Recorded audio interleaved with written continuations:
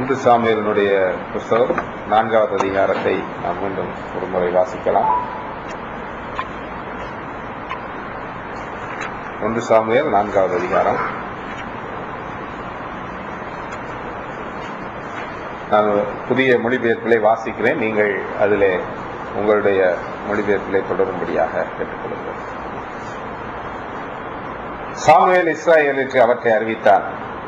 பெலிஸ்தியர் பட்டகத்தை கைப்பற்றுகிறார்கள். அந்நாட்களில் இஸ்ராயேல் பெலிஸ்தியருக்கு எதிராக யுத்தம் செய்ய புறப்பட்டார்கள். இஸ்ராயேலர் எபனேசர் என்னும் இடத்திலும் பெலிஸ்தியர் ஆபேக்கிலும் முகாமிட்டார்கள். பெலிஸ்தியர் இஸ்ராயேலரை எதிர்கொள்ளும்படி தங்களுடைய படையை அணிவகுத்தார்கள். யுத்தம் பெருத்த போது இஸ்ராயேலர் பெலிஸ்தியரால் தோற்கடிக்கப்பட்டார்கள். யுத்த களத்தில் ஏறக்குறைய 4000 இஸ்ராயேலரை பெலிஸ்தியர் கொன்றார்கள். ராணுவ வீரர் முகாம்களுக்கு திரும்பிய போது இஸ்ராயேலரில் முதியவர்கள், ஏன் இன்று கர்த்தர் பெலிஸ்தருக்கு முன் எங்களை தோல்வியடைய செய்தார்? கர்த்தருடைய உடன்படிக்கையை பெட்டகத்தை சீலோவில் இருந்து கொண்டு வருவோம். அது எங்களுடன் இருந்தால் பகைவரிடமிருந்து அது எம்மை தப்புவிக்கும் என்றார்கள்.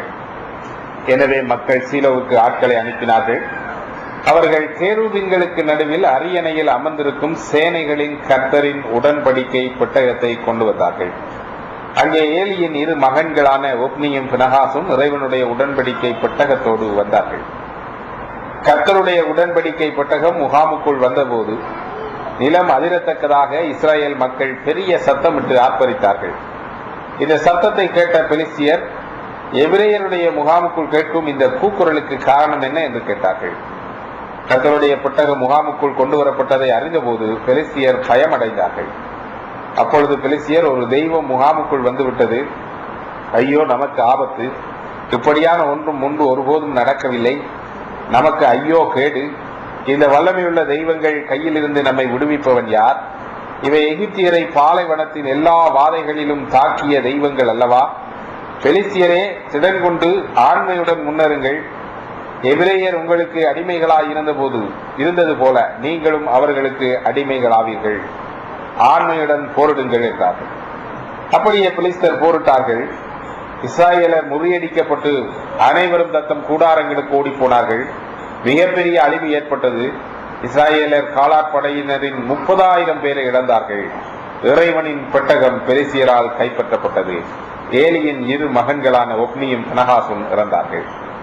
அன்றைய தினம் பென்யமீன் கோத்திரத்தால் ஒருவன் கிழிந்த உடையுடன் தலையில் புழுதியுடனும் யுத்த களத்திலிருந்து சீலோவுக்கு ஓடி போனான். அவன் ஓடி வந்து சேரும்போது ஏலி பாதை அருகே தன் நாற்காலியில் உட்கார்ந்து வழியையே உற்று நோக்கி கொண்டிருந்தான். ஏனெனில் இறைவனின் பெட்டகத்தை இட்டு அவன் உள்ளம் பயமடைந்திருந்தது. அவளை நகரத்துக்குள் வந்தவன் அந்த நடந்ததை சொன்னபோது பட்டணத்தில் உள்ளவர்கள் எல்லாரும் புலம்பி அழுதார்கள். அவர்கள் கூக்குரலை கேட்ட ஏலி அவர்களிடம், இந்த அமளிக்கு காரணம் என்ன என்று கேட்டார். அப்பொழுது அந்த மனிதன் ஏலியிடம் விரைந்து வந்தான். ஏலி அப்பொழுது 98 வயதுடையவனாய் இருந்தான். அவன் கண் பார்வை குன்றி பார்வை குறைந்தவனாய் இருந்தான். அந்த மனிதன் ஏலியிடம், நான் இப்பொழுது யுத்த களத்தில் இருந்து வந்திருக்கிறேன், இன்றுதான் அதிலிருந்து தப்பி ஓடி வந்தேன் என்றான். அதற்கு ஏலி அவனிடம், அங்கு என்ன நடந்தது மகனே என்று கேட்டான்.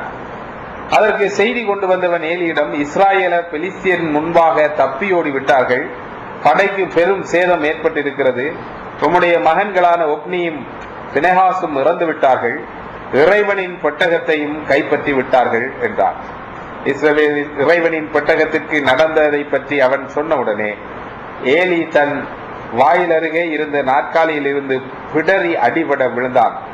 அவன் வயோதிபனாகவும் உடல் பெருத்தவனாகவும் இருந்ததால் கழுத்து முறிந்து இறந்தான். அவன் 40 வருடங்கள் இஸ்ராயேலுக்கு நீதிபதியாக இருந்தான். பினேகாசின் மனைவியாகிய அவன் மருமகள் கர்ப்பவதியாயிருந்தால் அவளுக்கு பேறுகாலமாயிருந்தது. இறைவனின் பெட்டகம் கைப்பற்றப்பட்ட செய்தியையும் தன் மாமனும் கணவனும் இறந்த செய்தியையும் கேள்விப்பட்ட உடனே பிரசவ வேதனை உண்டாகி அவள் பிள்ளை பெற்றாள். ஆனால் அவளுடைய வேதனை மரணத்துக்கு ஏதுவாய் இருந்தது. அவள் மரண தருவாயில் இருந்தபோது அவள் அருகில் இருந்த பெண்கள் அவளிடம், சோர்ந்து போகாதே, நீ ஒரு மகனை பெற்றிருக்கிறாய் என்றார்கள்.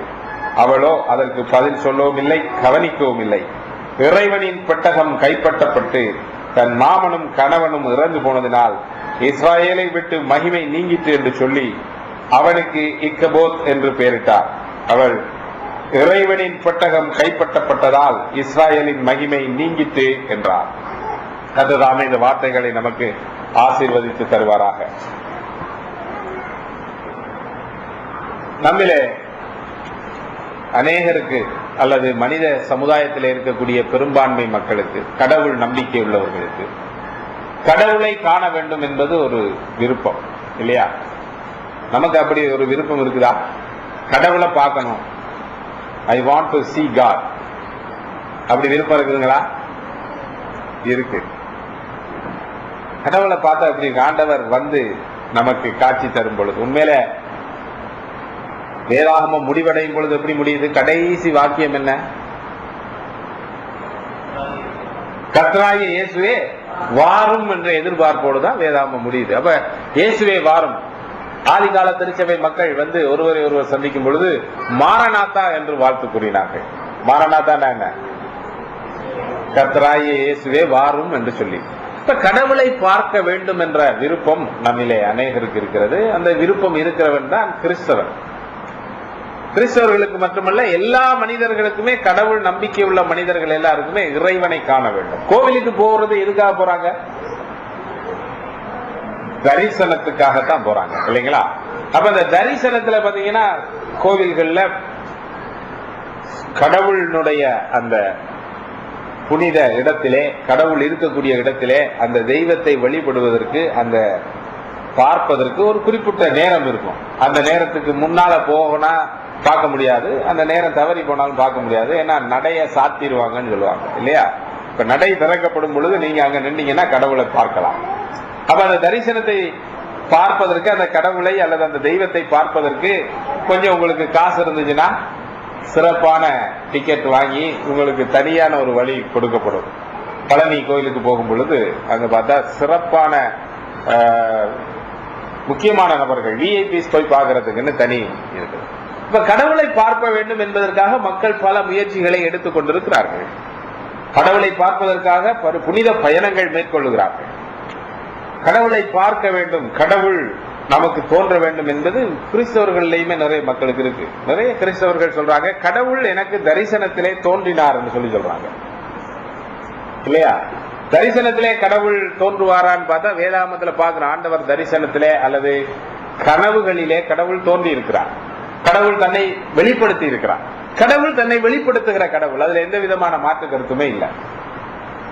தரிசனங்களிலேயும் கடவுள் தன்னை வெளிப்படுத்துகிறார், பிரச்சனை இல்லை. ஆனால் அந்த கடவுள் தரிசனத்திலே தன்னை வெளிப்படுத்துவது அல்லது வேதாகமத்தை வெளிப்படுத்துவது, அவரை பார்க்க வேண்டும் என்று நினைப்பது எல்லாமே நல்ல விஷயங்கள். ஆனால் இன்றைக்கு நீங்கள் எப்படி கடவுளை காணலாம்? எப்படி நானும் நீங்களும் கடவுளை காணலாம்? மோசே சொன்னார், அருமையான ஒரு ஆசை, ஆண்டவரே நான் உம்மை பார்க்க வேண்டும். ஆண்டவர் சொன்னாரு, நீ மலைக்கு வா, அங்க போய் நில்லு, நானு உனக்கு முன்பாக என்னை காண்பிப்பேன். ஆண்டவர் அவரை காண்பித்தார், கடவுளை அவர் பார்த்தார். எவ்வளவு பெரிய ஆசீர்வாதம், கடவுளை அவர் பார்க்கிறார். அப்ப நம்ம எல்லாருமே கடவுளை பார்க்க நினைக்கிறோம். ஆனா இன்றைக்கு நமக்கு முன்பாக இருக்கிற கேள்வி என்ன? How can we see God? தரிசனத்தில் ஆண்டவர் தோன்றுவார், அவரை பார்க்கலாம். அப்படியா? சிலருக்கு ஆண்டவர் வெளிப்பாடுகள் இல்லாத தருணங்களிலே தரிசனத்தில் தோன்றலாம், முடியாதுன்னு சொல்லி நம்ம சொல்ல முடியாது. ஆனால் உண்மையில கடவுளை இன்றைக்கு நம்ம, கடவுள் இன்று தன்னை எப்படி வெளிப்படுத்துகிறார்? How God reveals himself today. இன்றைக்கு உங்களுக்கும் என்னக்கும் கடவுள் தன்னை எப்படி வெளிப்படுத்துகிறார்? அவருடைய வெளிப்பாடாகிய இறை வார்த்தையின் மூலமாகத்தான் தன்னை வெளிப்படுத்துகிறார். அதான் ரொம்ப முக்கியமான விஷயம். கடவுள் தன்னை வெளிப்படுத்துகிறார். இப்ப நம்ம வாசித்த இந்த வேத பகுதியில கடவுள் இஸ்ரவேல் மக்களோடு எவ்விதமாக செயல்பட்டார் என்பதை குறித்த ஒரு குறிப்பிட்ட கதையை நாம் வாசிக்கிறோம். உடன்படிக்கை பெட்டியின் கதை என்று சொல்லி நம்ம வாசிச்சோம் இல்லைங்களா? இந்த கதையிலே கடவுள் எவ்விதமாக தன்னை வெளிப்படுத்துகிறார் என்பதை நாம் கவனமாக வாசிக்க வேண்டும் என்பதற்காக சாமுவேல் அதை எழுதி வைத்திருக்கிறார். எத்தனை வருஷம் ஆச்சு? 1200-300 வருடங்களுக்கு மேலாக எழுதப்பட்ட ஒரு விஷயம். இன்றைக்கு வரைக்கும் இயேசு கிறிஸ்துக்கு முதல், அப்ப 3200 வருடங்களுக்கு முன்பாக எழுதப்பட்ட அந்த விஷயத்தை அற்புதமான, மிக அற்புதமான முறையில எந்த விதமான பிழையும் இல்லாமல், எந்த விதமான மாற்றமும் இல்லாமல் கடவுள் உங்களுக்காக எனக்காக என்ன செய்திருக்காரு? பிரிசர்வ் பண்ணி காப்பாற்றி அதை இன்னைக்கு நம்முடைய தாய் மொழியில நம்ம வாசிக்கும்படியாக கொடுத்திருக்கிறார். அதை வாசிக்கும் பொழுது நம்ம அங்க என்னத்தை பார்க்கிறோம்? என்னத்தை பார்க்க வேண்டும்? கடவுளை காண வேண்டும். யாவே தெய்வத்தை நம்ம என்ன செய்யறோம்? காண்கிறோம். அந்த மகிமையான கடவுளை நாம் காணும்படியாகத்தான் கடவுள் இந்த வார்த்தையை நமக்கு எழுதி கொடுத்திருக்கிறார். உங்களுக்கு தரிசனம் கிடைக்கலாம், உங்களுக்கு கடவுளை காண வேண்டும் என்ற விருப்பம் இருக்கலாம், பலர் பல்வேறு காரியங்களை சொல்லலாம். ஆனா சொல்லப்படுகிற காரியம் சரியா தவறான்னு சொல்லி எப்படி நமக்கு தெரியும்? எப்படி தெரியும்? அது வேதாகமத்திலே இருக்கக்கூடிய மாறாத வார்த்தைக்கு ஒத்திருந்தால் மட்டும்தான் அந்த தரிசனத்தை நம்ம என்ன செய்யலாம்? ஏற்றுக்கொள்ளலாம். ஆனால் அடிப்படையில மாறாத வார்த்தை இவர் பேதுரு சொல்லும் பொழுது சொல்றாரு, நமக்கு எடுத்து வாசிக்க நேரம் இல்ல. பேதுரு என்ன சொல்றாருன்னா, பேதுரு, யாக்கோபு, யோவான் 3 பேர் இயேசுவினுடைய நெருங்கிய சீடர்கள் இல்லையா? இயேசுனுடைய நெருங்கிய நண்பர்கள். இவர்கள் 3 பேரை கொண்டு போய் அவர் என்ன செய்யறார்? இயேசு கிறிஸ்து ஒலிவ மலையில மறுரூபமாகிறார். மறுரூபமாகும் பொழுது அங்கே மகிமையான ஒளி பிரகாசிக்கிறது. எந்த வண்ணானாலும் வெளுக்க முடியாத வெண்மையாக இயேசுவினுடைய வஸ்திரம் அங்கே பிரகாசித்ததுன்னு பார்க்கிறோம். அப்ப இத 3 பேரும் பார்த்து அரண்டு போய் விட்டார்கள், அதிர்ந்து போய் விட்டார்கள். பேதுருக்கு என்ன பேசுறேனே தெரியல. எவ்வளவு அற்புதமான தரிசனம்! இதை விட ஒரு மேலான தரிசனத்தை நீங்களும் நானும் பெற முடியுமா? முடியாது.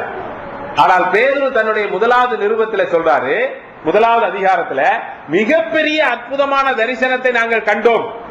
நான் சும்மா கதை சொல்லல, நான் நேரடியாக அந்த அதிசயத்தை, அந்த அற்புதத்தை கண்டோம். இயேசு மறுரூபமானார்.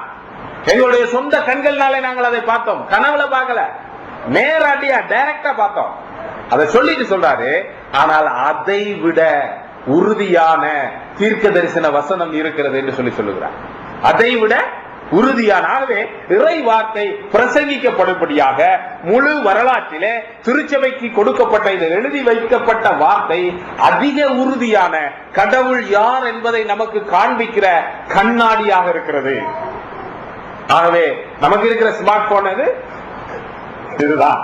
எந்த நேரமும் இதைத்தான் தடவி பார்க்கணும், இதைத்தான் நம்ம தடவி பார்க்கணும். ஏனென்றால் இது இன்றைக்கு நமக்கு மிகப்பெரிய ஒரு ஆதாரமாக, வளமாக இருக்கிறது. எதை காண்பிக்கிறது? கடவுளை காண்பிக்கிறது. ஆகவே இந்த கதைக்குள்ளே நம்ம வர்றோம். இந்த கடவுள் தன்னை எப்படி இந்த கதையின் மூலமாக இஸ்ரவேல் மக்களுக்கு தன்னை வெளிப்படுத்தினார், நமக்கு தன்னை அவர் எப்படி வெளிப்படுத்துகிறார் என்பதை நம்ம இங்க பார்க்க போறோம். ரொம்ப முக்கியமான விஷயங்க. சாதாரணமா ஒரு கதை படிச்சுட்டு அந்த கதையில இருக்கக்கூடிய ஒழுக்க விதிகளை, ஒழுக்க பாடங்களை கற்றுக்கொள்கிற, நன்னறி போதனைகளை பெற்றுக் கொள்வதற்காக கொடுக்கப்பட்ட விஷயம் அல்ல. கடவுள் யார்? Who is God? யார் இந்த யாவே தெய்வம் என்பதை நாம் புரிந்து கொள்வதற்கு இந்த கதை நமக்கு கொடுக்கப்படுகிறது. சரிங்களா? நமக்கு எல்லாருக்கும் தெரியும் அந்த கதை இல்லைங்களா? அருமையான ஒரு கதை, உடன்படிக்கை பெட்டியை பற்றிய கதை. அங்கே இஸ்ரவேல் மக்கள் பாவத்திலே விழுந்து போய் விட்டார்கள் என்று நம்ம பார்க்கிறோம். கடவுளை விட்டு விலகி போய் விட்டார்கள். கடவுளுடைய ஆலயம் அல்லது அந்த ஆசரிப்பு கூடாரம் இருக்கக்கூடிய பகுதியிலே அசிங்கங்களும் அக்கிரமங்களும் நடைபெற்றுக் கொண்டிருக்கிறது. இந்த சூழ்நிலையில இஸ்ரவேல் மக்கள் என்ன செய்கிறார்கள்? பெலிஸ்தியரோடு யுத்தத்துக்கு போகிறார்கள். அங்கே ஒரு தோல்வி ஏற்படுகிறது. எத்தனை பேர் செத்து போறாங்க? எத்தனை பேர் செத்து போறாங்க? 4000 பேர் செத்து போறாங்க. அப்ப இஸ்ரவேல் மக்கள் யாவேயின் மக்கள், we are the people of God, கடவுளுடைய மக்கள், ஆசீர்வதிக்கப்பட்ட மக்கள். ஏன் நாங்க 40 பேர் 4000 பேர் சாகணும்? கூடாது, தப்பு, முடியாது, சாகலாம் கூடாதுங்க. இஸ்ரவேல் மக்கள் நம்மை பெலிஸ்தியருக்கு முன்பாக தோற்கடிக்க பண்ணினது என்ன? மிக தெளிவா சொல்றாங்க. அவன் தோற்று போனதற்கு காரணம் யார்? யாவே தெய்வம். அப்ப நம்முடைய வாழ்க்கையில வரக்கூடிய தோல்விகளுக்கு யார் காரணம்? யாவே தெய்வம். யாவே தெய்வம் அனைத்துக்கும் காரணம். He is the sovereign Lord. அவர்தான் எல்லாவற்றையும் ஆளுகிறார். மிக தெளிவா அவன் பார்க்கிறான், அவனுக்கு புரியுது. ஆனா அவன் என்ன செய்யறான், அந்த புரிந்த அந்த கடவுள் யார் என்று புரிந்து கொண்ட அந்த புரிதலின் அடிப்படையில் அவன் செயல்படவில்லை. அடுத்ததாக அவன் சொல்றான், அப்படியானால் இவன் தோற்று போய்விட்டோமா, அப்படின்னா என்ன செய்யணும்னா உடன்படிக்கை பெட்டியை கொண்டு வாங்க. உடன்படிக்கை பெட்டியை போர்க்களத்தில் கொண்டு வந்து நிப்பாட்டினால் நமக்கு வெற்றி கிடைக்கும். நம்ம கடந்த முறை சிந்தித்தோம். அதாவது நம்ம என்ன யோசிக்கிறோம், கடவுள் நம்முடைய விருப்பத்தை நிறைவேற்றுவதற்காக இருக்கக்கூடிய பவர்ஃபுல் சர்வன்ட், மிகப்பெரிய வல்லமையுள்ள வேலைக்காரனாகத்தான் இன்றைக்கு கடவுள் எல்லா மக்களாலையும் பார்க்கப்படுகிறார். இஸ்ரவேல் மக்களும் அதைத்தான் செய்தார்கள். நமக்கு தோல்வி வந்துருச்சியா, கடவுள் தோற்கடிக்க பண்ணிவிட்டார், ரைட்டு. இப்ப அவரை கொண்டு வந்து நடுவில் நிப்பாட்டு, அவரையே கொண்டு வந்து நிப்பாட்டிட்டு அவர் ஜெயிக்கத்தானே வேணும், வேற வழி இல்ல. ஆகவே அவரை கொண்டு வந்து நிப்பாட்டு என்று சொல்லி நிறுத்துகிறார்கள். என்ன நடக்குது, தோல்வி. அதனால நம்ம பார்க்கிறோம், அந்த இடத்திலே சொல்லப்பட்டிருக்கிற விஷயம், கர்த்தருடைய பெட்டி பிடிபட்டது. அதை நீங்க 5 முறை சொல்லப்படுகிறது. இந்த 4வது அதிகாரத்தில் எத்தனை முறை சொல்லப்படுகிறது? 5 முறை. தயவு செய்து வாசிப்பாங்க. நம்ம 11வது வசனம் வாசிங்க வேகமாக. தேவனுடைய பெட்டி பிடிபட்டது. 17வது வசனம்.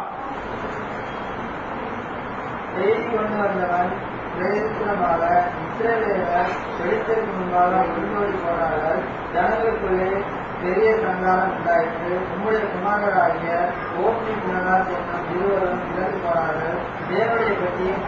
தேவனுடைய பெட்டியும் பிடிபட்டு போயிட்டு. 19வது வசனம் வாசிங்க.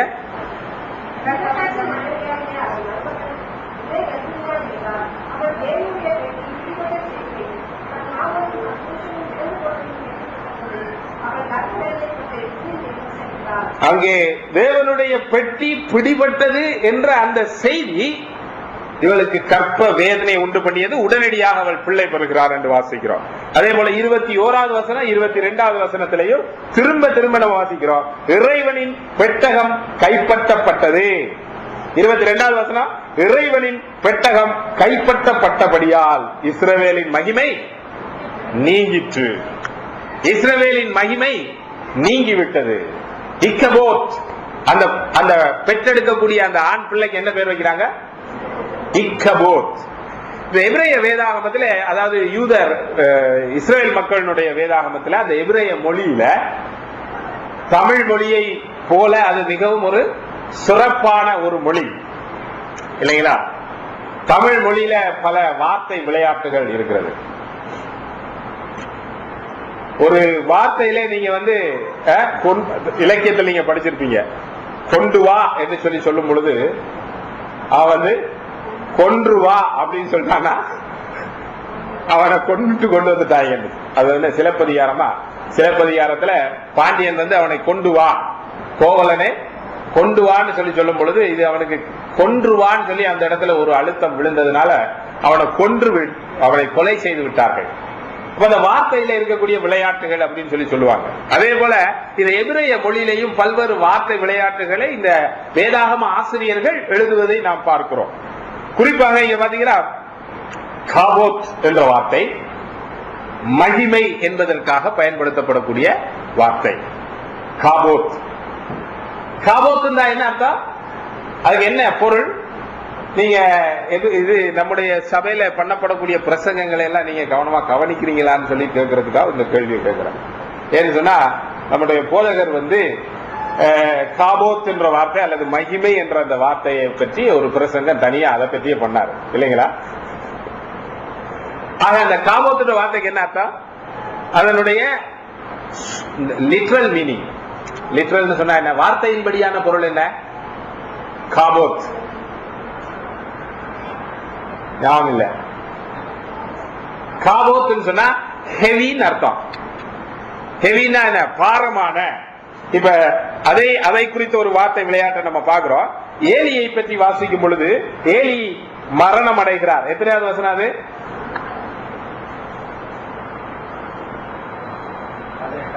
வாசிங்க.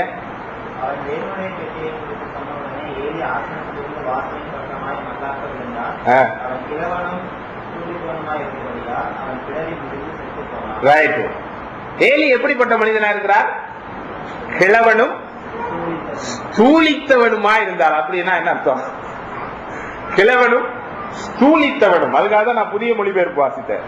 அவன் முதிர் வயது உள்ளவனும் வயோதிபனும் உடல் பெருத்தவனுமா இருந்தார்.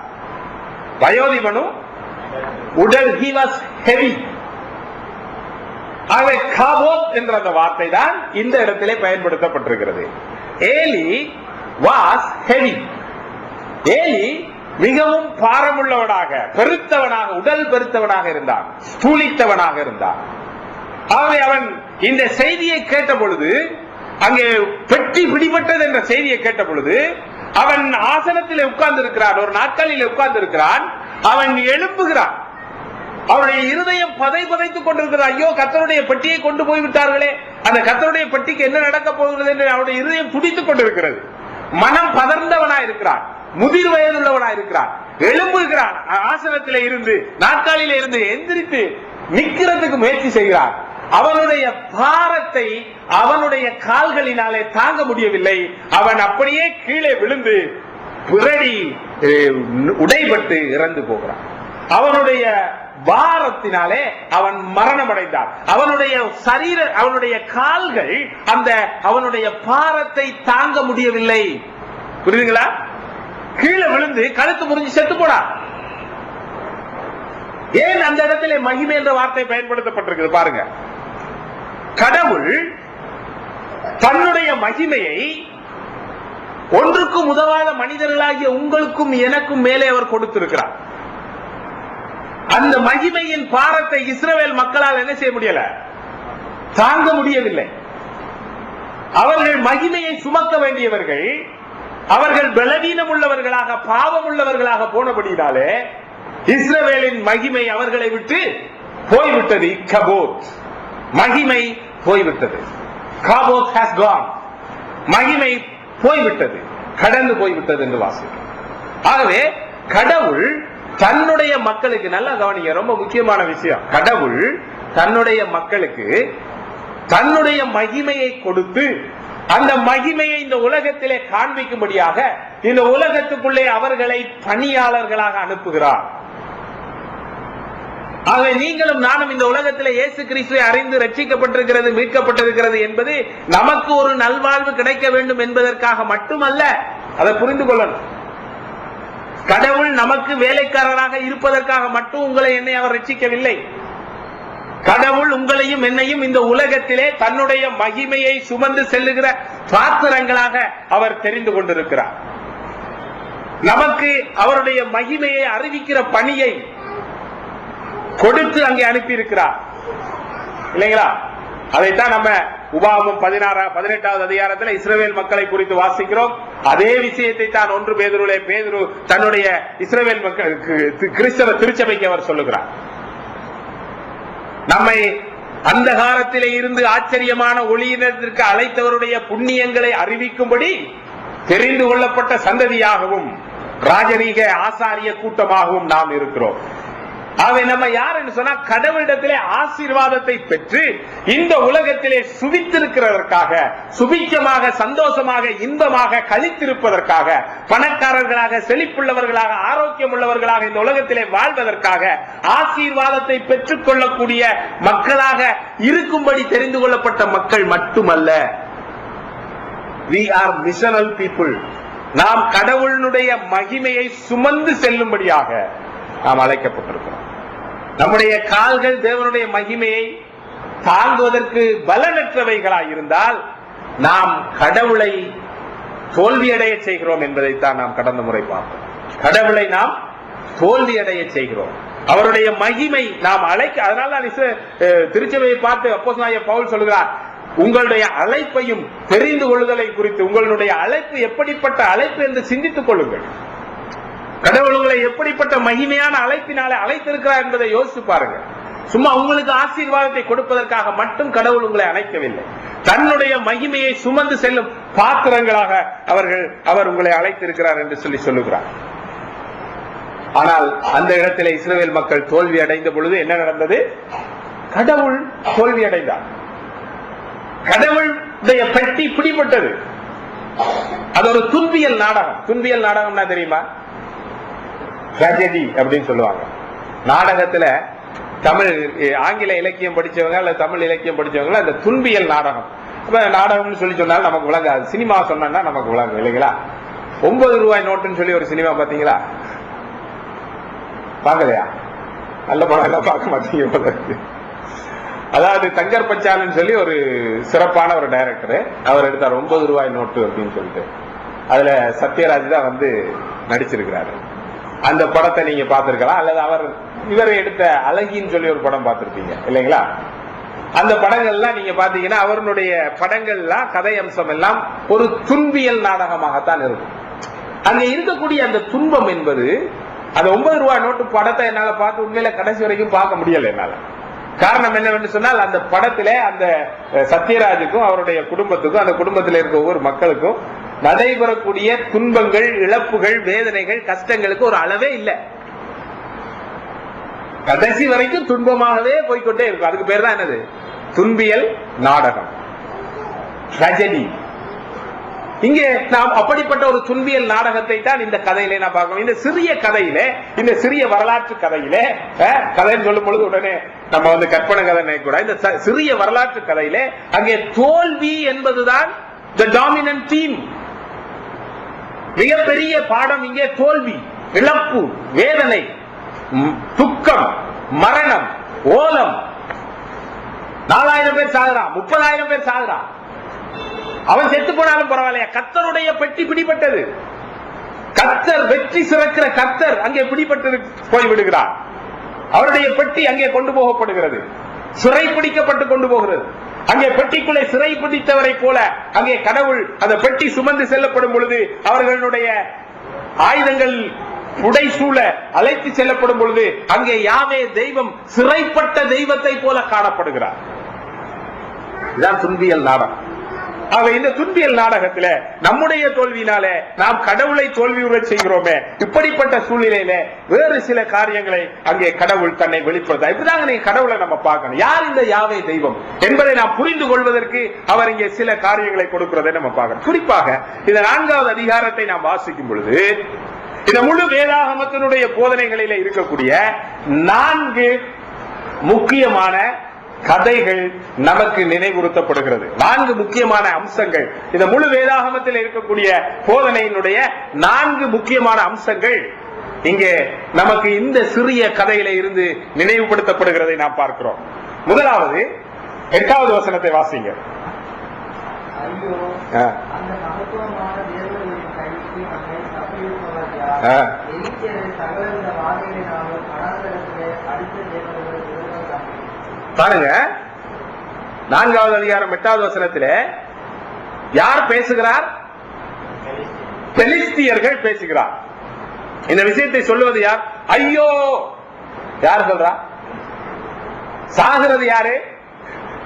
4000 பேர் செத்து போயிட்டான். இவன் இப்ப அவன் வரப்போறான், மறுபடி படையெடுத்து வரப்போகிறார்கள்.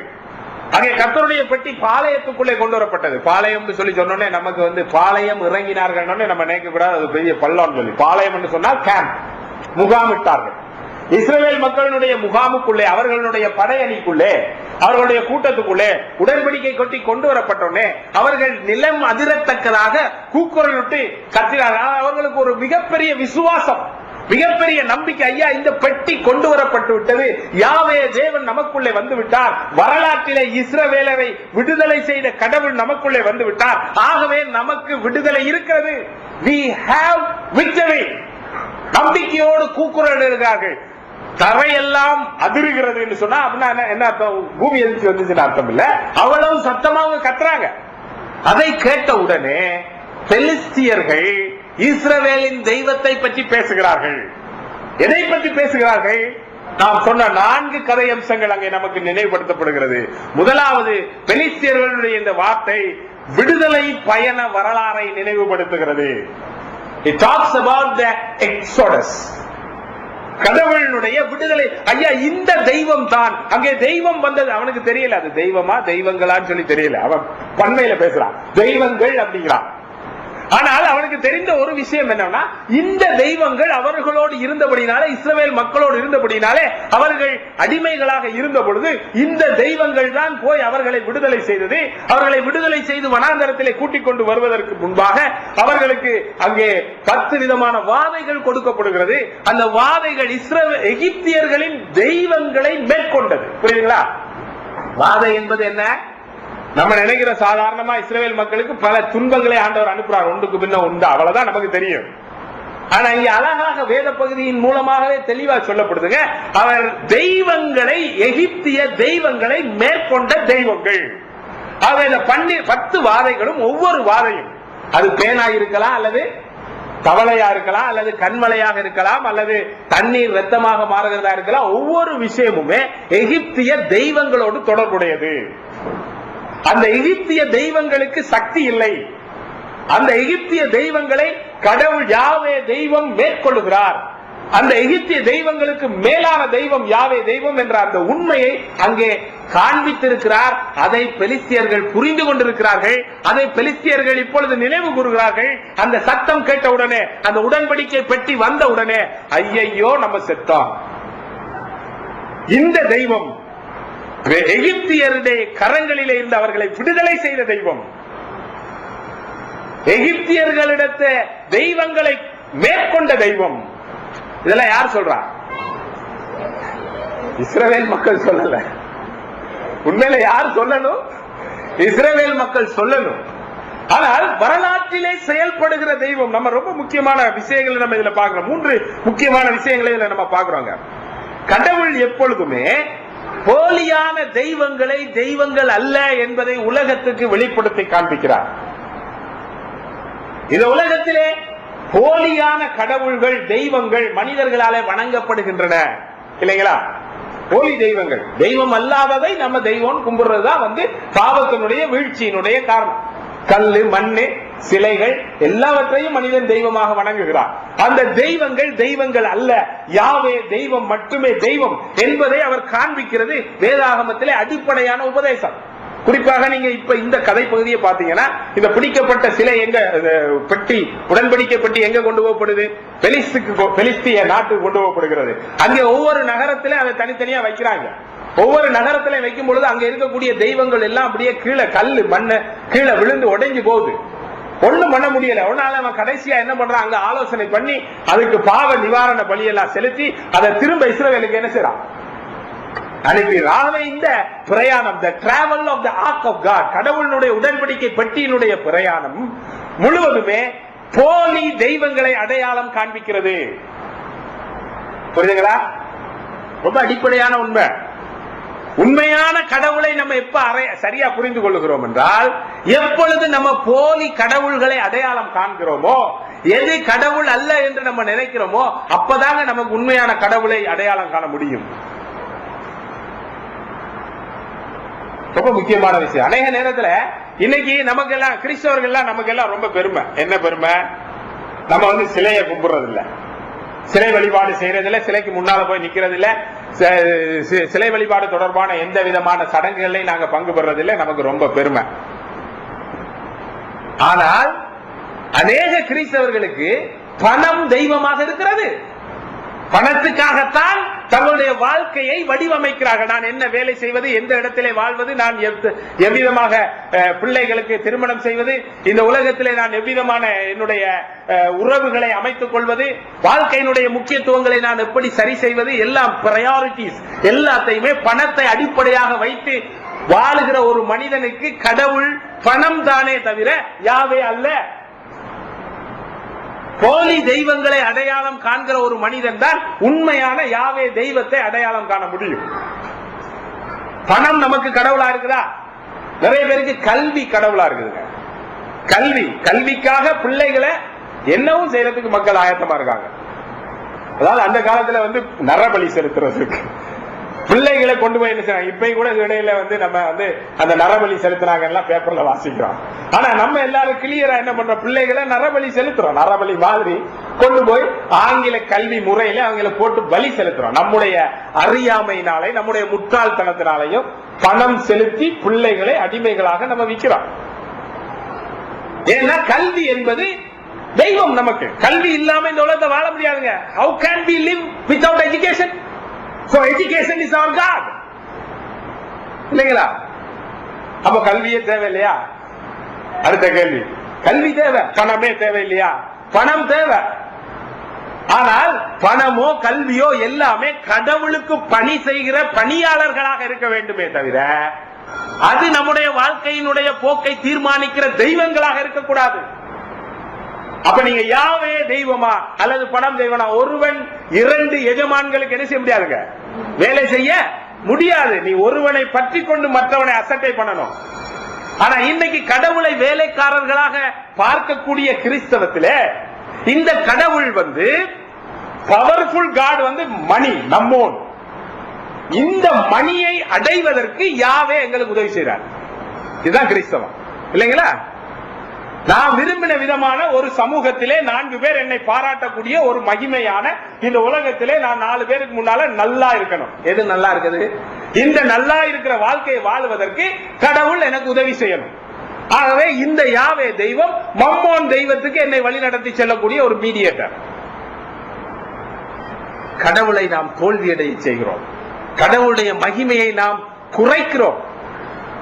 போலி தெய்வங்களை நம்ம எப்ப அடையாளம் காட்டுறோமோ அப்பொழுதுதான் நாம் சரியான தெய்வத்தை புரிந்து கொள்ள முடியும். ஜாதி நிறைய பேருக்கு எல்லாம் ஓகேங்க, எல்லாம் ரைட், ஓகே. என்னதான் இருந்தாலும் நம்ம கடைசியா நம்ம ஆளுக்களுக்குள்ளதான் எல்லாமே நம்ம பார்க்கணும். ஏன்னா கடவுளுக்கு அடுத்து கடவுளுக்கு மேல இருக்குது ஜாதி. என்னுடைய விழுமியங்கள், என்னுடைய செயல்பாடுகள், என்னுடைய தீர்மானங்கள் எல்லாம் ஜாதியின் அடிப்படையில் வரும் பொழுது எனக்கு ஜாதி தான் கடவுள், யாவே தெய்வம் கடவுள் அல்ல. ஆனால் இந்த சிறிய கதையை நீங்கள் பார்ப்பீர்கள் என்றால் அங்கே மிக தெளிவாக யாவே தெய்வம், எகிப்திய தெய்வங்கள் தெய்வங்கள் அல்ல, பெலிஸ்திய தெய்வங்கள் தெய்வங்கள் அல்ல, யாவே தெய்வம் மட்டுமே தெய்வம் என்பது இங்கே நிலைநிறுத்தப்படுகிறது. அதைத்தான் நம்ம புரிந்து கொள்ளணும். அப்பதான் நம்ம கடவுளை பார்க்கிறோம். எப்பொழுது எனக்கு கடவுள் தெரிகிறார், யார் யாவே தெய்வம் என்றால் எப்பொழுது எனக்கு இந்த உலகத்திலே இருக்கக்கூடிய எல்லா விஷயத்தை காட்டிலும் கடவுளே யாவே தெய்வம் மட்டுமே என்னுடைய வாழ்க்கையை தீர்மானிக்கிற அரசராக இருக்கிறார் என்று சொன்னால் மட்டும்தான் ஐ ஹேவ் சீன் காட். அது வரைக்கும் நான் கடவுளை பார்க்கல. அது வரைக்கும் நான் பல்வேறு தெய்வங்களை நான் வழங்கிக் கொண்டிருக்கக்கூடிய ஒரு சிலை வழிபாட்டுக்காரனாக இருக்கிறேன். ஆகவே இந்த கதை நமக்கு சொல்லுகிற விஷயம், கடவுள் யாவை தெய்வம் மட்டுமே தெய்வம். இரண்டாவது பாத்தீங்கன்னா அந்த 3வது வசனத்தை பாருங்க. 3வது வசனத்துல இஸ்ரவேல் மக்கள் என்ன சொல்றாங்க? வேகமா வாசிக்கிறீங்களா?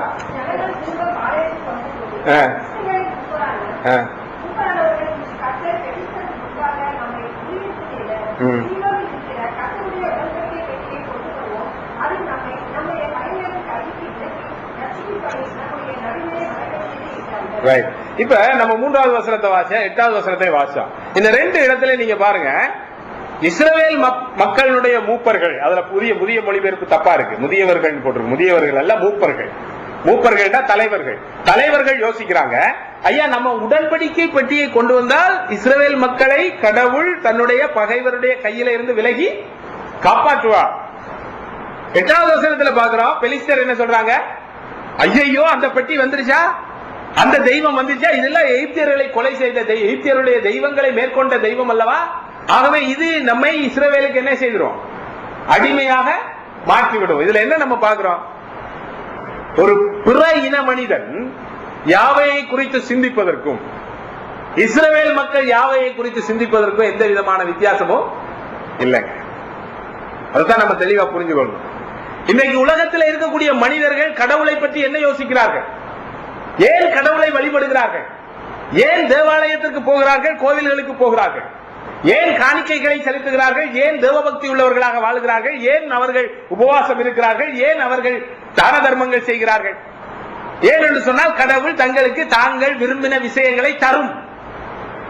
அப்படி தருகிற ஒரு தெய்வமாக மட்டுமே இயேசுவை நாம் பார்த்தால் இயேசுவுக்கும் அல்லது யாவே தெய்வத்துக்கும் இந்த பிற தெய்வத்துக்கும் என்ன வித்தியாசம்? My understanding of God is not different from the understanding of the Gentile people. புற மனிதனுக்கு மனிதன் கடவுளை புரிந்து கொள்வதற்கும் நான் கடவுளை புரிந்து கொள்வதற்கும் எந்த வித்தியாசமும் இல்லைன்னு சொன்னா, நான் யாவே தெய்வனை அறிந்திருக்கிறேனா? கடவுள் எனக்கு ஆசீர்வாதம் கொடுக்கணுங்க, அதுக்கு தாங்க கடவுள் அப்படின்னா, நாகூர் ஆண்டவருக்கும் யாவே தெய்வனுக்கும் என்ன வித்தியாசம்? சபரிமலையில் இருக்கிற ஐயப்பருக்கும் இயேசு கிறிஸ்துவுக்கு என்ன வித்தியாசம்? ஆகவே நம்முடைய சிந்தனை கடவுள் யார் என்றால் he is a sovereign holy God. அவர் எல்லாவற்றையும் ஆளை செய்கிற பரிசுத்தமுள்ள தெய்வம். அவரை போல தெய்வம் இந்த உலகத்திலே இல்லை. அவருக்காகத்தான் நம்ம இருக்கிறோம், நமக்காக அவர் இல்ல. அதுதான் கடவுளை பார்க்கிற பார்வை. மூன்றாவது பாருங்க, இங்க அவர் சொல்ற இன்னொரு விஷயம், கடைசி 8வது 9வது வசனம் வாசிங்க.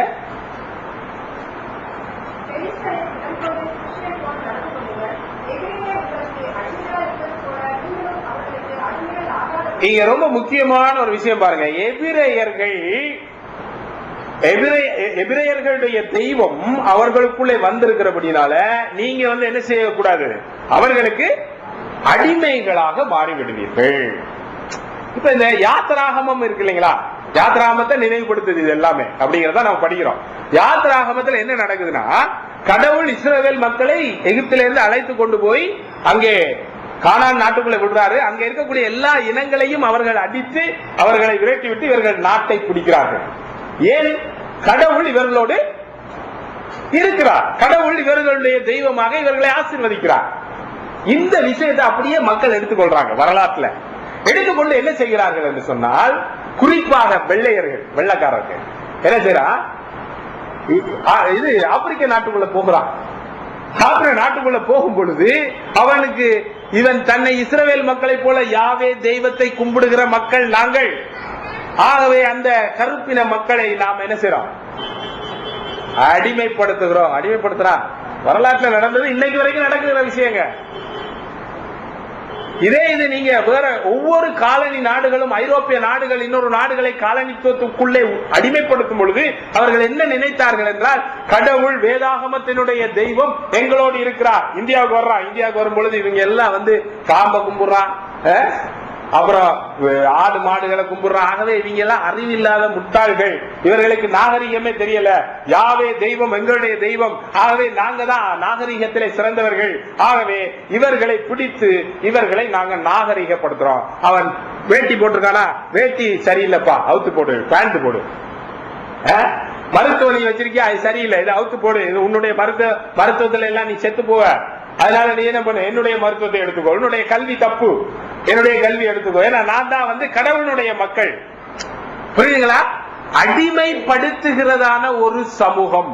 கடவுள் எங்களோடு இருந்தால் நாங்கள் தான் ஆளுகிறவர்கள், நீங்கள் அடிமைகள்.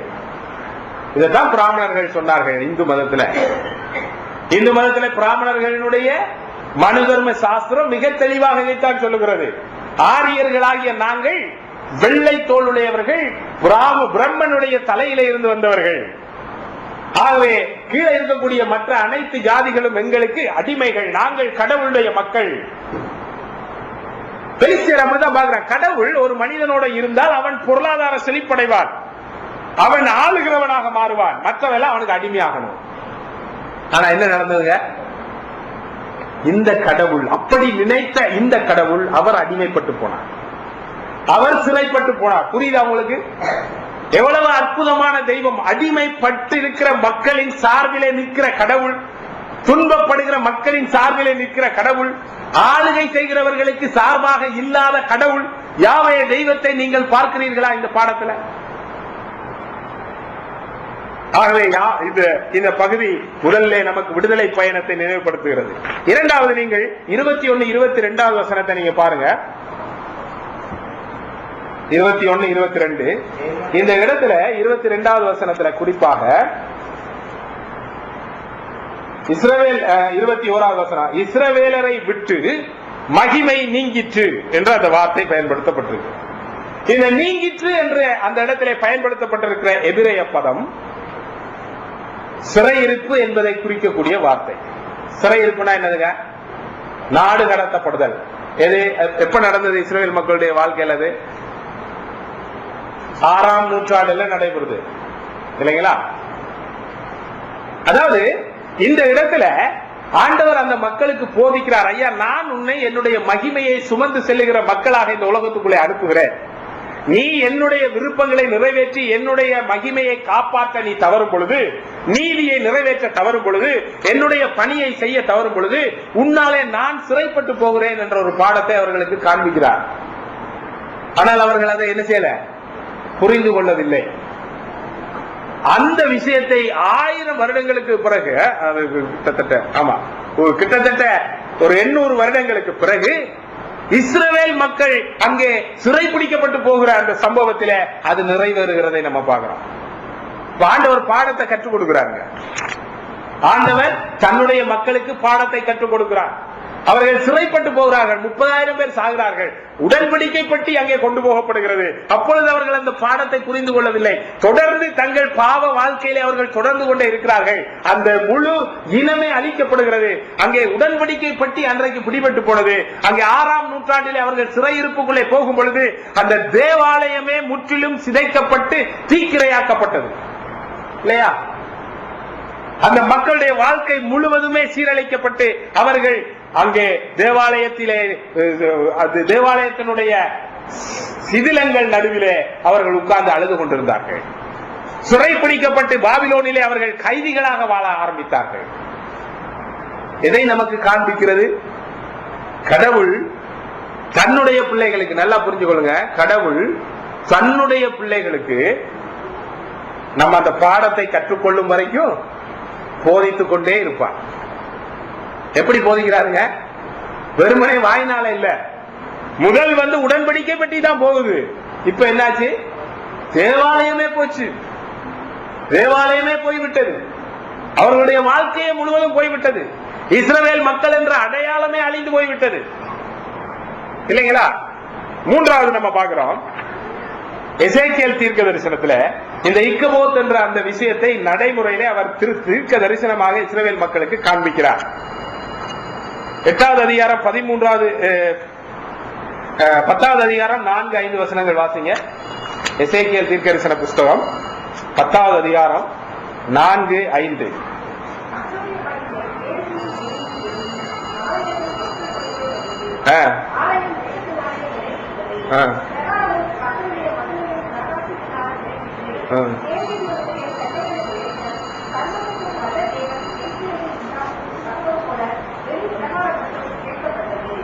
அதுக்கப்புறம் நீங்க தொடர்ந்து அப்படியே வாசிச்சீங்கன்னு சொன்னால் கடைசியாக அந்த 10வது அதிகாரத்துக்கு அவர் வரும் பொழுது இஸ்ரவேலினுடைய மகிமை அங்க தேவாலயத்தின் நடுவில் இருந்து எழும்பி அங்கே மகிமை வெளியே போய்விட்டது என்று சொல்லி நம்ம பார்க்கிறோம். அங்கே இஸ்ரவேல் மக்கள் மத்தியிலே காணப்பட்ட தீமையின் நிமித்தமாக இஸ்ரவேல் மக்களுடைய மகிமை அங்கே போய்விட்டது. அங்கே அவர்கள் முழுவதுமாக தேவனுடைய மகிமையை இழந்த ஒரு மக்களாக நிற்கிறார்கள் என்பதை நாம் அங்கே பார்க்கிறோம். அவை 3 அம்சங்களை நம்ம பார்த்தோம். இந்த பாடத்தை பார்க்கும் பொழுது முதலாவது அங்கே விடுதலை பயணம் நினைவு கூறப்படுகிறது, 2வது சிறையிருப்பு நினைவு கூறப்படுகிறது, 3வது தேவனுடைய மகிமை இஸ்ரவேல் மக்களை விட்டு தேவாலயத்தை விட்டு முற்றும் நீங்குவதை நாம் பார்க்கிறோம். கடைசியாக இந்த விஷயம் நமக்கு ஒரு விஷயத்தை நினைவுபடுத்துகிறது. என்ன? அங்கே தேவன் சிறைப்பட்டு போகிறார், தேவன் அடிமையாக போகிறார் என்ற அந்த காட்சி சிலுவையை நமக்கு நினைவுபடுத்துகிறது இல்லையா?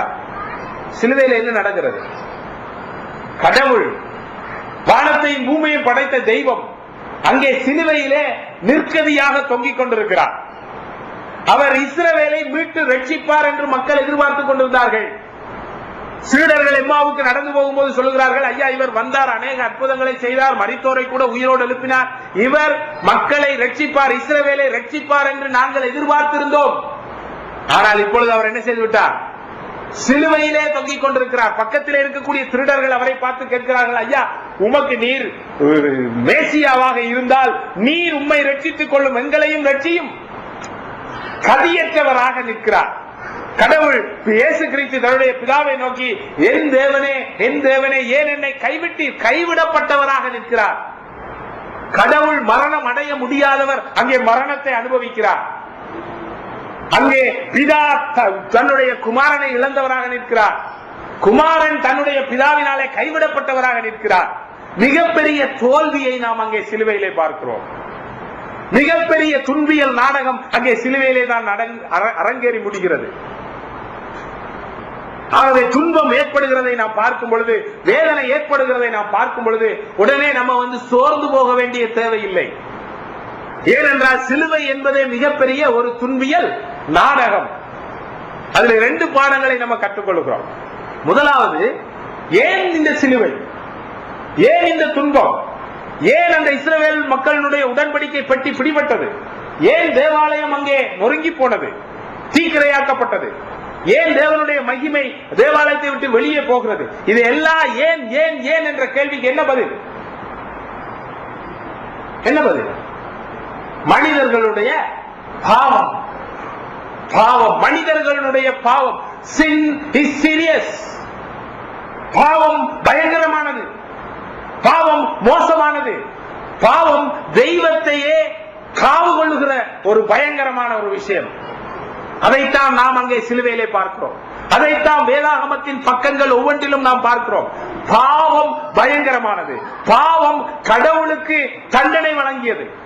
பாவம் கடவுளுக்குள்ளே அங்கே இழப்பை ஏற்படுத்தியது. அங்கே குமாரனை இழந்தவராக பிதா நிற்கிறார், பிதாவில் இருந்து கைவிடப்பட்டவராக குமாரன் நிற்கிறார். அங்கே பாவத்தை சுமந்து மரணத்தின் விளிம்பிலே அவர் நின்று கொண்டிருக்கிறார். ஆகவே பாவம் எவ்வளவு பயங்கரமானது.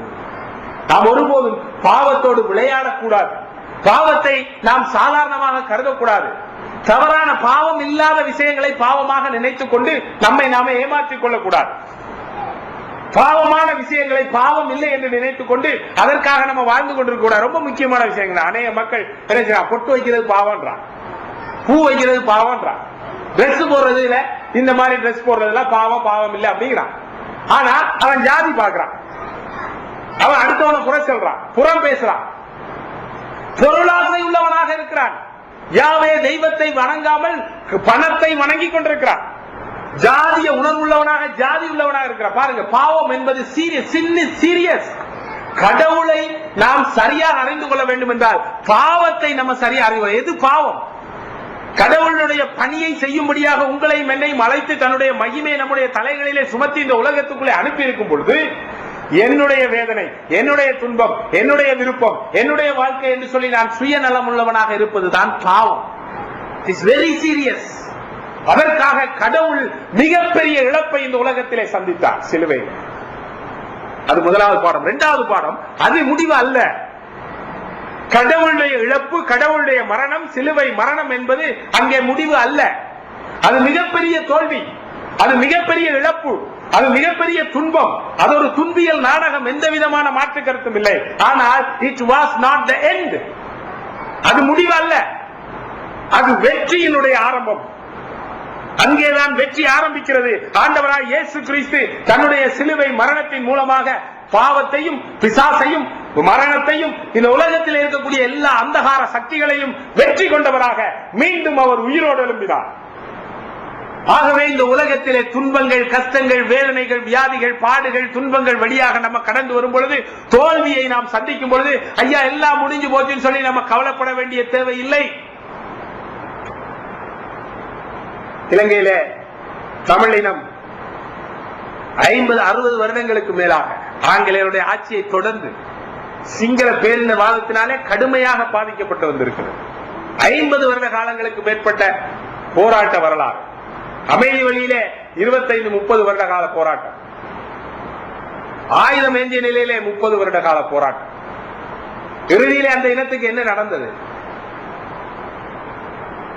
பலருடைய துரோகத்தினாலே, ஆதிக்க சக்திகளினுடைய பயங்கரமான திட்டமிடுதலினாலே அப்பாவி தமிழினம் முழுவதுமாக அழிக்கப்பட்டு, ஒன்றுமில்லை, நீ வாழ்ந்தால் அங்கே அடிமையாக வாழ், இல்லை என்றால் ஒண்ணுமே இல்லை என்ற ஒரு நிலைக்கு இன்றைக்கு தள்ளப்பட்டது. அங்கே நம்பிக்கை இல்லை. அது மட்டுமல்ல, நம்முடைய தனிப்பட்ட வாழ்க்கையில தீராத வியாதிகளை நம்ம பார்க்கிறோம். பல்வேறு குறைபாடுகள் நம்முடைய வாழ்க்கையில இருக்கிறது. சில பிள்ளைகள் குறைபாடுகளோட பிறக்கிறது. இந்த சமுதாயத்திலே நீதியை நம்மால பார்க்க முடியவில்லை. வேதனை, துன்பம், கஷ்டம் மனித வாழ்க்கையிலே மாறாதாக இருக்கிறது. நம்மால் எதுவுமே செய்ய முடியாத கையறு நிலையிலே நாம் வாழ்ந்து கொண்டிருக்கிறோம். ஆனால் இதையெல்லாம் பார்த்து நாம் சோர்ந்து போக வேண்டிய தேவை இல்லை. ஏனென்றால் இவ்வளவு கடுமையான துன்பத்தையும் வேதனையும், இதைவிட பயங்கரமான துன்பத்தையும் வேதனையும் கடவுள் நமக்காக, உங்களுக்காக, எனக்காக அவர் அனுபவித்தார். நாம் செய்த பாவத்தின் விளைவாக அவர் அங்கே சிறைப்பட்டு போனார், அவர் பிடிக்கப்பட்டு போனார், அவர் மரணத்தை சந்தித்தார், அவர் பிசாசினுடைய தலையை நசுக்கும்படியாக, மரணத்தின் கூரை அவர் ஒடிக்கும்படி மரணத்தை அவர் அனுபவித்தார். அப்படிப்பட்ட மகிமையான அந்த தோல்வி அவருக்கு மிக பெரும் மகிமையான வெற்றியை கொடுத்தது. ஆகவே இந்த தோல்விகளுக்கு எல்லாவற்றுக்கும் ஒரு நாளிலே தீர்வு இருக்கிறது. அவர் இதோ சதா காலங்களிலும் நான் உயிரோடு இருக்கிறேன், இதோ நான் திரும்ப வருகிறேன் என்று சொல்லி இருக்கிறார். அவர் வரும் பொழுது இந்த அனைத்து அநீதிகளுக்கும், அனைத்து துன்பங்களுக்கும், அனைத்து தீமைகளுக்கும் அவர் தீர்வை கொடுக்க போகிறார். அங்கே வெற்றிகரமாக அந்த உடன்படிக்கை பற்றி இஸ்ரவேல் மக்களிடத்திலே திரும்பி வந்ததை போல அந்த சிறிய கதையிலே வந்த வெற்றியை காட்டிலும் மிகப்பெரிய வெற்றி நமக்கு காத்திருக்கிறது. ஆண்டவராய் இயேசு கிறிஸ்து வருகிறார். அவரை நாம் பார்க்க போகிறோம். யார் அந்த கடவுள் என்பதை நாம் உண்மையாக கவனிக்க போகிறோம். நம்முடைய கடவுள் யார்? அதான் இப்பொழுது நமக்கு முன்பாக இருக்கக்கூடிய கேள்வி. யார் நம்முடைய தெய்வம்? என்னுடைய தனிப்பட்ட தேவைகளை சந்திக்கக்கூடிய ஒரு சாதாரண ஒரு இஷ்ட தேவதையாக நான் இயேசுவை பார்க்கிறேனா? அல்லது இந்த உலகத்துக்குள்ளே முழு மனுக்குலத்தையும் விட்டுக் கொள்ளும்படியாக தன்னுடைய மகிமையை வெளிப்படுத்தும்படி உங்களையும் என்னையும் அனுப்பின அந்த மகிமையின் பாத்திரங்களாக, மகிமையின் தெய்வமாக நாம் அவரை பார்க்கிறோமா? நாம் மகிமையை வெளிப்படுத்துகிறவர்களாக இருக்கிறோமா? அல்லது நம்மளே இருந்து மகிமை நீங்கி போய் நாமும் இக்கபோத்துகளாக இந்த உலகத்துக்குள்ளே அனுப்பப்பட்டிருக்கிறோம்? தலைகளை தாழ்த்தி கடவுளுக்கு முன்பாக நம்மை நாமே ஆராய்ந்தார். இந்த தேவன் என்றென்றைக்கும் உள்ள சதா காலங்களிலும் நம்முடைய தேவன். அவர் நம்மை மரண பரியந்தம் நடத்துவார் என்று நாம் வேதத்திலே வாசிக்கிறோம். சாதாரண கடவுள் அல்ல, வரலாற்றிலே செயல்பட்ட தெய்வம், வரலாற்றை ஆளுகிறவர், வரலாற்றை முடிவுக்கு கொண்டு வரப்போகிறவர், வரலாற்றிலே வந்தவர், வரலாற்றிலே மனித இனத்தோடு துன்பப்பட்ட கடவுள், மனித இனத்தோடு தன்னை அடையாளப்படுத்தின கடவுள். இந்த கடவுளை நாம் பார்க்கிறோமா? கடவுளை குறித்த நம்முடைய தரிசனம் எப்படிப்பட்டதாக இருக்கிறது? என்னுடைய தனிப்பட்ட தேவைகளை சந்திக்கிற ஒரு கடவுளை பற்றி மட்டும்தான் நான் சிந்திக்கிறேனா? அல்லது வானத்தையும் பூமியையும் படைத்து அந்த முழு உலகத்தையும் ரட்சிப்புக்குள்ளே நடத்துகிற மகிமையான மறுரூபமாக்குகிற தெய்வத்தை நான் பார்க்கிறேனா? ஆண்டவரே, உம்முடைய வார்த்தைகளை நாங்கள் வாசிக்கும் பொழுது, உம்மோடு நாங்கள் உறவாடும் பொழுது, உம்மை நாங்கள் சரியாக பார்க்க, உம்மை நாங்கள் சரியாக புரிந்து கொள்ள, உம்மை நாங்கள் சரியாக பிரதிநிதித்துவப்படுத்த, உம்மை நாங்கள் சரியாக பிரதிபலிக்க நீர் எங்களுக்கு கிருபை தாரும். கர்த்தரும் அருமை இரட்சகருமான இயேசு கிறிஸ்துவின் மூலம் தாழ்மையோடு இந்த விண்ணப்பங்களை ஏறெடுக்கிறோம். ஜீவனுள்ள நல்ல பிதாவே, ஆமென்.